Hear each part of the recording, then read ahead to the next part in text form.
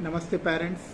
नवरात्रि के इस अवसर पर कई पेरेंट्स ने ये रिक्वेस्ट किया कि जो हम नौ दुर्गा के जो 9 रूप हर एक दिन के लिए जो देवी माँ के जो रूप की बात करते हैं उसका महत्व क्या है और उसमें महालक्ष्मी या दुर्गा या पार्वती उनके नाम क्यों नहीं आते।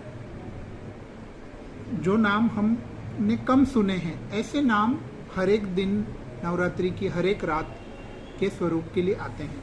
तो आज हम इसके विषय में बात करेंगे कि इससे हमें क्या सीखना चाहिए। जब हम हमेशा बात करते हैं कि हर एक नारी में दुर्गा का स्वरूप होता है, नारी शक्ति होती है, तो नवरात्रि के 9 स्वरूप का महत्व क्या है ये हम आज इस वीडियो में इसके ऊपर बात करेंगे। जैसे कि पहला जो दिन होता है उसमें देवी शक्ति एक डॉटर यानी एक पुत्री, एक कन्या के रूप में जन्म लेती है, तो शैलपुत्री कहते हैं उसको, क्योंकि अभी वो उसका जस्ट देवी शक्ति का जन्म हुआ है और उन्होंने अभी बचपन में माँ बाप का प्यार और वो सब शक्तियों को एंजॉय करना है। फिर दूसरे दिन अगर आप देखो तो दूसरे दिन का जो स्वरूप है उसमें आपको कहीं पे भी हथियार नहीं मिलेंगे, कोई लायन या टाइगर पे बैठा हुआ रूप नहीं है। वो रूप का नाम है ब्रह्मचारिणी, जो एक कुंवारी कन्या जिसको सीखना है, जिसको अपने अंदर की शक्तियों के बारे में जानना है, लर्निंग का पीरियड वाला रूप दिखाया गया है ब्रह्मचारिणी का। तो सीखने का पीरियड है ये। तो अगर हम अपने जीवन में भी देखें कि कन्या या जो स्त्री के अलग अलग रूप हैं उसमें कौन सी शक्ति उनके अंदर ज़्यादा एक्टिव रहती है और कैसे वो शक्ति दुर्गा का रूप अगर वो अपने जीवन में उसकी साधना करे, शक्ति की साधना करे, तो हर एक लाइफ के फेज में बड़े बड़े प्रॉब्लम से वो निकल सकती है, बल्कि अपने लाइफ के हायर पर्पस को भी कनेक्ट कर सकती है। तो उसी तरीके से तीसरे रूप में आप देखोगे तो एक मैरिड वुमन जिसकी शादी हो गई, पहले वो कुंवारी थी, तो उसका नाम है चंद्रगंता। तो अपने हस्बैंड, अपने जीवन साथी के साथ इमोशंस यानी चंद्र का कनेक्शन, भावनाएं इमोशंस से जुड़ा है, तो उसका मिलाप होता है और वो चंद्र की कलाएं अपने जीवन में अनुभव करती है। तो इसके लिए ये नाम है चंद्रगंधा। पत्नी के रूप में जो उसकी शक्तियां हैं जीवन को आगे बढ़ाने की, उसके बारे में यहाँ पे बात होती है। और उसके बाद चौथा दिन होता है। चौथे दिन में अब वो जो स्त्री है वो माँ बनने के लिए उसके जैसे कॉस्मिक, जैसे पूरे यूनिवर्स ब्रह्मांड का जो एग होता है, जो जिसमें गर्भ होता है, उसमें बालक का जन्म देने के लिए ये जो देवी का रूप है कुष्मांडा मतलब कुश मतलब कॉस्मिक पूरा ब्रह्मांड, और मांडा मतलब अंड या एग, जिसके अंदर अब कोई जीवन की उत्पत्ति करने के लिए ये स्वरूप। तो प्रेग्नेंट वुमन के अंदर जो शक्तियां होती है और वो अपने गर्भ में जो बालक है उसको कौन से संस्कार दे सकती है, वो कुष्मांडा शक्ति का जो रूप है।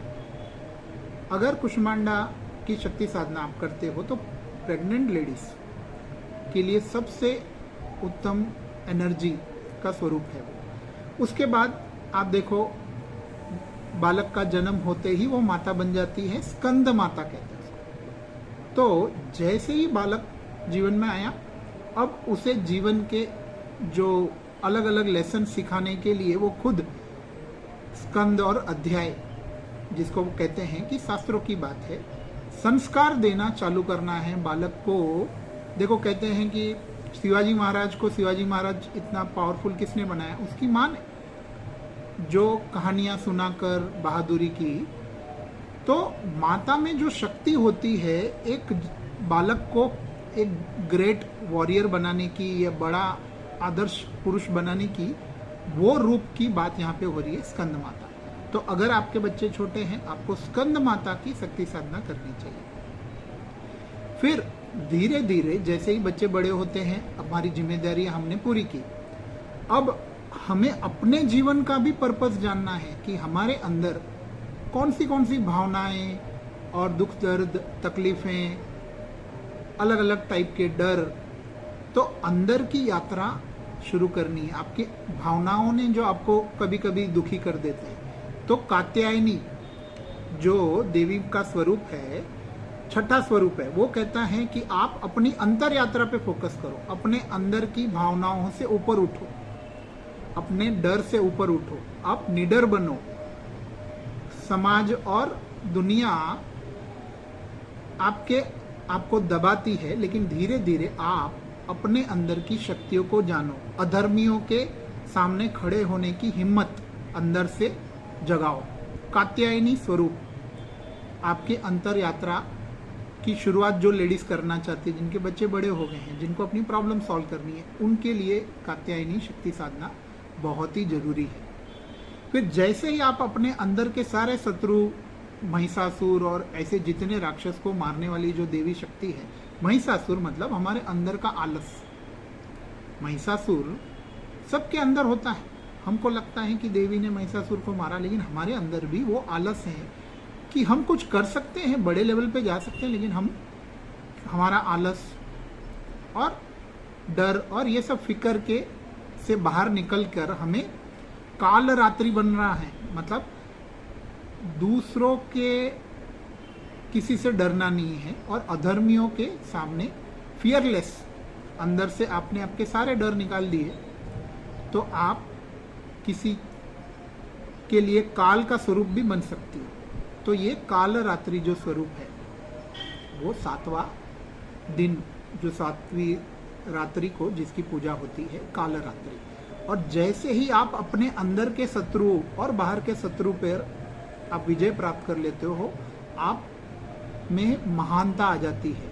आप ऐसे पावर्स आ जाते हैं जिससे कि लोग देवी स्वरूप के तरह आप दूसरों को इंस्पिरेशन दे सकती हो, दूसरों के लिए एक बड़ा आदर्श बन सकती हो कि कैसे आपने अपने जीवन के सारे प्रॉब्लम्स से ऊपर उठ गया। तो महागौरी स्वरूप जो है 8वें दिन का, अष्टमी के दिन, जो देवी की सारी शक्तियों से जब जग गई तब उसको महागौरी कहते हैं।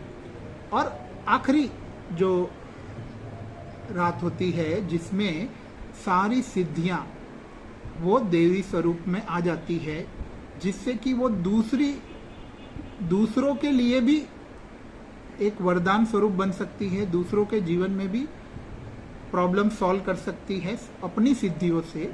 तो ये स्वरूप का नाम है सिद्धरात्रि। आप बाकी के जीवन में भी बड़ा पॉजिटिव चेंज ला सकते हो। ये आपके जीवन का लाइफ पर्पस बनता है। जब ये लेवल पे कोई लेडीज अपने जीवन के फेज में आती है, तो सिद्धरात्रि की शक्ति साधना करने से, तो आप देखो बचपन से लेके नारी का अलग अलग रूप है।